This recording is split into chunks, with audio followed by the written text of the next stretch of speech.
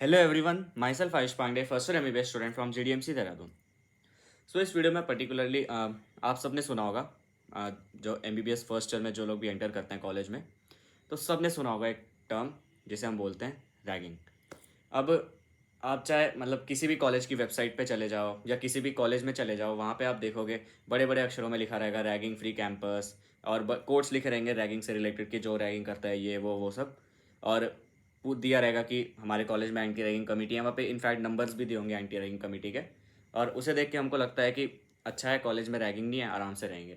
लेकिन एक्चुअल में बात ये है कि ये जो एंटी रैगिंग कमिटीज़ ये सब जो होती हैं, ये किसी यूज़ की नहीं होती हैं। मतलब मैं आपको बताऊंगा कि देखो, अब जब आप कॉलेज में जाओगे तो दो टाइप के स्टूडेंट आपको मिलेंगे। एक होंगे हॉस्टलर्स जो कि हॉस्टल में रहते हैं ऑब्वियसली, और एक होंगे डे स्कॉलर्स जो कि या तो घर से आ रहे हैं या फिर पीजी में रह रहे हैं। तो रैगिंग पर्टिकुलरली हॉस्टलर्स की होती है। जो लोग डे स्कॉलर या पीजी में रहते हैं उन लोगों की कोई इतनी रैगिंग नहीं होती है, वो लोग आराम से रहते हैं, आराम से पढ़ते हैं या फिर जो करने का मन होता है वो करते हैं। हॉस्टल में ऐसा नहीं होता है। देखो, हॉस्टल्स में मतलब अगर आप दिल्ली के कॉलेजेस देखो या फिर सेंट्रल इंस्टीट्यूट्स देखो, या फिर जैसे जो अच्छे कॉलेजेस हैं, फॉर एग्जांपल केजीएमयू वगैरह, उनको आप देखो तो उनमें इतनी रैगिंग नहीं होती है, और अगर होती भी है तो वो बस थोड़ा इंट्रो या ऐसे होती होगी। लेकिन जो हमारे स्टेट कॉलेजेस होते हैं, स्टेट कॉलेज में भी वो जो कि पुराने स्टेट कॉलेजेस, उनमें हम कह सकते हैं कि यहाँ पे एक्चुअल रैगिंग होती है। और एक बात यह है कि some sort of ragging exist in every medical college. Even in Delhi colleges some sort of ragging do exist.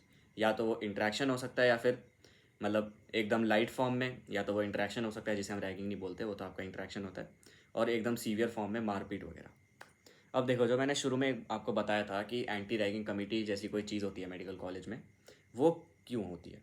तो देखो, आपको पता होगा पहले के टाइम में, मूवीज़ में भी देखा होगा, सुना भी होगा कि पहले के टाइम में कैसी रैगिंग होती थी। मतलब हाथ मतलब एकदम मार देते थे या डंडे वगैरह यूज़ करते थे, देखा होगा आपने मूवीज़ में।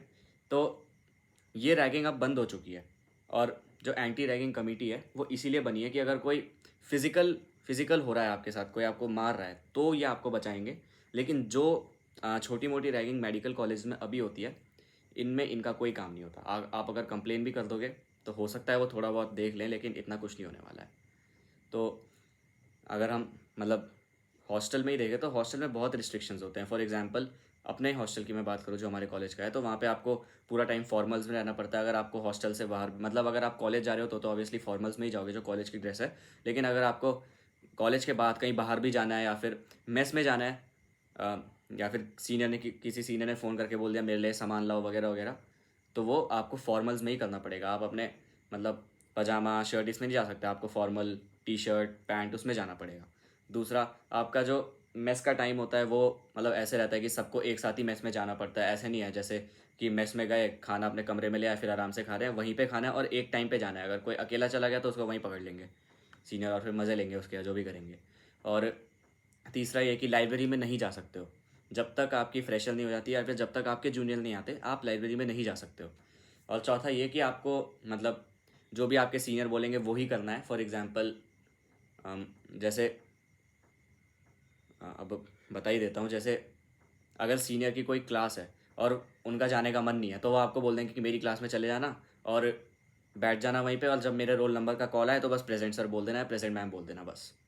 और ये भी हो सकता है, या फिर सीनियर आप बैठे हुए अपने रूम पे, सीनियर आपको बोल दे कि जाओ मेरे लिए सामान लेके आओ, और फिर मतलब पैसे भी आप अपने दो, और बाद में पैसे मतलब उस वक्त ना दे, बाद में दे, लेकिन ऑब्वियसली टेंशन तो आपको रहेगी कि मेरे पैसे अब तक नहीं दिए। और बाकी हॉस्टल में आपको पता ही होगा कि थोड़ा अल्कोहल या इन सब चीज़ों के चक्कर में भी बहुत मतलब सारे नहीं लेकिन कुछ सेक्शन ऑफ बच्चे होते हैं जो पढ़ जाते हैं, और उनके चक्कर में फिर वो आदतें जूनियर्स में भी लग जाती हैं उनके। तो obviously this is not a good thing. तो ये कुछ रिस्ट्रिक्शंस होती हैं जो हॉस्टल में होती हैं। और इसके अलावा मतलब आपको मतलब एकदम सीनियर के सामने झुक के खड़े रहना पड़ता है, मतलब नज़र नीचे रख के, और उनको विश भी मतलब जो उन्होंने बोला होता है जिस फॉर्म में, हिंदी में इंग्लिश में, उसमें करना पड़ता है। तो ये रिस्ट्रिक्शंस मतलब होती हैं हॉस्टलर्स के लिए। और डे स्कॉलर्स का काइंड ऑफ चिल रहता है मामला, क्योंकि देखो कॉलेज आवर्स में तो इतनी कोई रैगिंग ले नहीं सकता, सब अपने कॉलेज आवर्स में बिजी हैं, ऊपर से उस वक्त टीचर्स भी रहते हैं। मेन रैगिंग हॉस्टल में ही होती है। तो इस मामले में डे स्कॉलर्स लकी हैं कि वो मतलब अपना आराम से रह सकते हैं, कुछ भी कर सकते हैं। हॉस्टलर्स के लिए ऐसा नहीं है, उन पे रिस्ट्रिक्शंस होती हैं। तो ऐसी कुछ रैगिंग होती है जो एग्जिस्ट करती है मेडिकल कॉलेजेस में। और अगर तो आप इस मूड से जा रहे हो बिल्कुल कि मुझे पढ़ना है, मुझे बहुत अच्छे से पढ़ना है, मतलब मुझे अपनी जो परफॉर्मेंस है वो कॉलेज में भी मेंटेन करनी है, then hostel is a not good place for you. क्योंकि वहाँ पे आपको बहुत डिस्ट्रैक्शंस होंगी। मतलब देखो, बहुत सारे सीनियर्स हेल्प भी करते हैं, लेकिन हर बैच में कुछ बंच ऑफ सीनियर्स होते हैं जिनको मज़ा आता है रैगिंग लेने में, तो वो आपको परेशान भी कर सकते हैं। बाकी हाँ, एक चीज़ और रहती है कि आपको अपने सीनियर्स की फ़ाइल्स भी बनानी पड़ती हैं। अपने जो इमीडिएट सीनियर्स होते हैं उनकी नहीं, मतलब उनकी भी, और उनके ऊपर जितने होते हैं वो सारे भी, जैसे final year, third year, second year, इन सब की फाइल्स आप पे आती हैं और आपको बनानी पड़ती हैं। तो उसमें भी आपका बहुत टाइम जाएगा, बहुत एनर्जी जाएगी उसमें आपकी। तो मतलब इसमें आपको खुद अगर आपको कुछ पढ़ना है तो उसका भी आपको इतना टाइम नहीं मिलेगा। और मतलब फिर आप आगे भी किसी को फ़ाइल दे नहीं सकते हो, खुद को ही बनानी पड़ेगी। ऐसा भी नहीं है कि अब अपने जूनियर आ चुके तो उन्होंने मुझे फ़ाइल दी मैं उन्हें दे दूंगा, ऐसा भी नहीं है, खुद ही बनानी पड़ेगी इतनी सारी फाइल्स। तो ये कुछ टाइप की रैगिंग होती है जो अब मेडिकल कॉलेजेस में एग्जिस्ट करती है। देखो, अब जो रैगिंग होती है वो, उसमें जो सीनियर वगैरह होते हैं वो इतना फिजिकली कुछ नहीं करते हैं आपको। और अगर फिजिकली करते हैं तो जो एंटी रैगिंग कमेटी होती है वो उस मामले को सीरियसली लेती है, वरना उसके अलावा जो ये बाकी नॉन फिजिकल रैगिंग हो रही है इसको कोई इतना सीरियसली नहीं लेता। और मतलब वही, जैसे मैंने कहा, अगर आप बिल्कुल अच्छे से पढ़ने के मूड में जा रहे हो then hostel is a not good place for you. लेकिन अगर आप थोड़े ऐसे मूड में जा रहे हो कि मुझे मज़े भी करने हैं, मैं पढ़ भी लूँगा, लास्ट लास्ट में पढ़ लूँगा, मतलब लास्ट लास्ट में, आई मीन लास्ट के 2-3 महीने में पढ़ लूँगा, मज़े भी करने हैं, then hostel is a place for you, जहाँ पे आप मज़े भी कर सकते हो जब आपकी रैगिंग वगैरह ख़त्म हो जाएगी। और फिर मतलब पढ़ भी सकते हो एट दी एंड, जब सीनियर आपको मार्किंग्स दे देते हैं, बुक में इंपॉर्टेंट टॉपिक्स दे देते हैं, तो उन्हें ही पढ़ के पास भी हो जाओगे। हाँ, तो ये कुछ टाइप की रैगिंग है जो अब मेडिकल कॉलेजेस में एग्जिस्ट करती है। और बाकी यही थी एक वीडियो छोटी सी रैगिंग के ऊपर। और भी मैं ऐसी एमबीबीएस से रिलेटेड वीडियोस, नीट से रिलेटेड वीडियोस लाता रहूँगा। All the best everyone, stay tuned.